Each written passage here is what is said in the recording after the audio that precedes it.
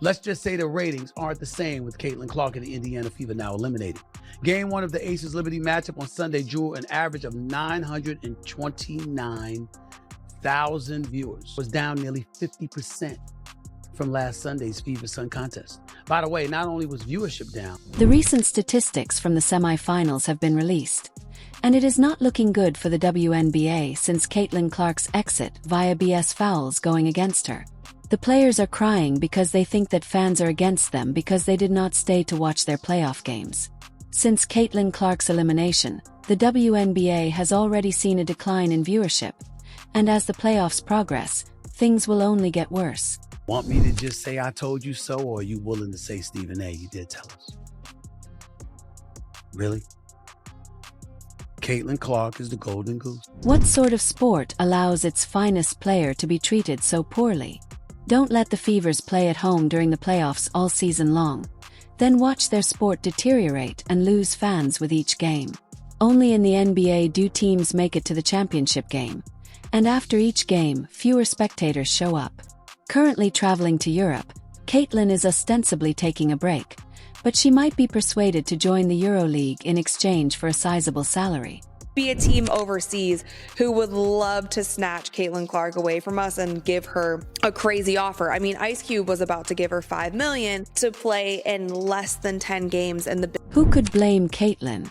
If she made a move, she would receive 10 times her current salary and be treated fairly.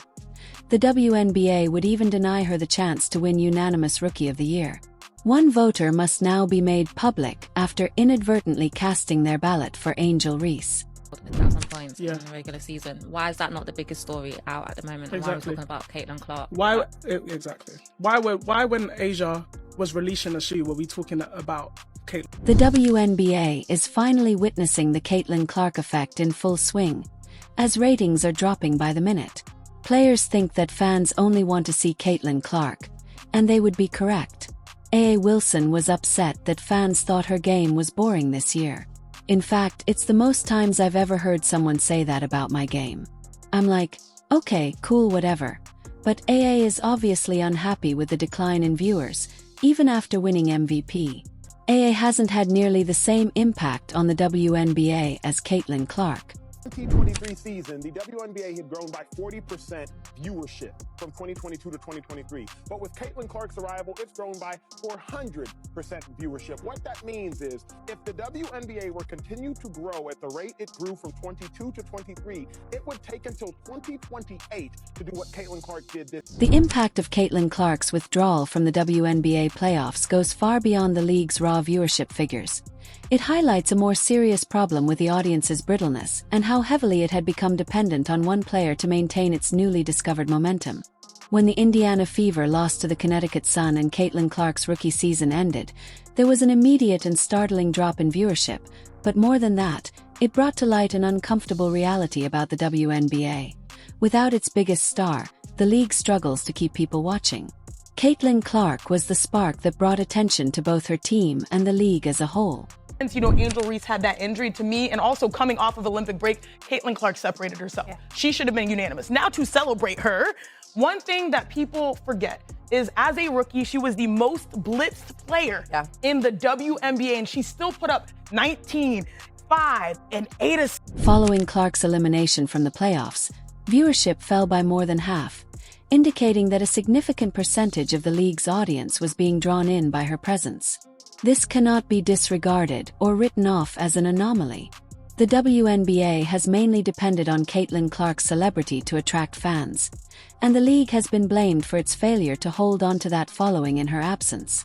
The Jordan effect on the NBA and the game of basketball, I would argue at one point early on there was a Steph Curry effect on the NBA and on basketball also. You bet your ass there is a Caitlin Clark effect on all of basketball, and especially on women's basketball. This dramatic drop in viewership is a wake-up call for the WNBA, which has suffered from low attendance and ratings for years. However, Caitlin Clark's breakthrough season appeared to give the league hope as her games routinely drew record attendance. And for a brief period, it seemed like the WNBA had finally turned a corner. However, now that Clark is no longer with the league, it is evident that the league's newfound popularity was not as stable as it appeared without Caitlin Clark in the playoffs. the WNBA has struggled to maintain the level of excitement. When Clark was gone, ardent followers who had been following her every move had little incentive to stay. The general buzz around the playoffs has significantly decreased as a result of the remaining team's lack of the star power and charisma that Clark brought to the court, even though they are still competitive. Fans that are going to degrade us and call us names. I mean, we already see what's happening in the world. Something needs to be done, whether it's, them checking their fans or this league. One of the most concerning things about Caitlin Clark's playoff exit was how it occurred throughout the season. Despite the WNBA's admiration for Clark's skills, the league failed to provide her with the protection a player of her caliber deserves.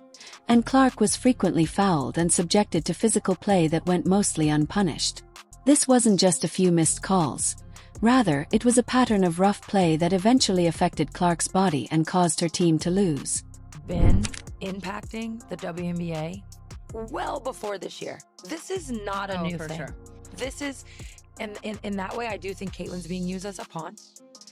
Caitlin didn't bring systems to the WNBA. This has been happening, and that I think is what's been such a shock for fans watching at home couldn't help but feel irritated as Clark was knocked around the court with little assistance from the officials during the series against the Connecticut Sun.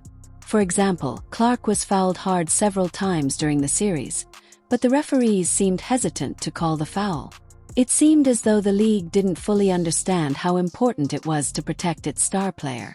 The WNBA has long struggled with officiating, especially when it comes to physical play, but when the player at the heart of your league's comeback is being treated this way, it becomes a much bigger problem. The WNBA cannot afford to let its biggest star be beaten down like this, especially when she is so important to the league's success.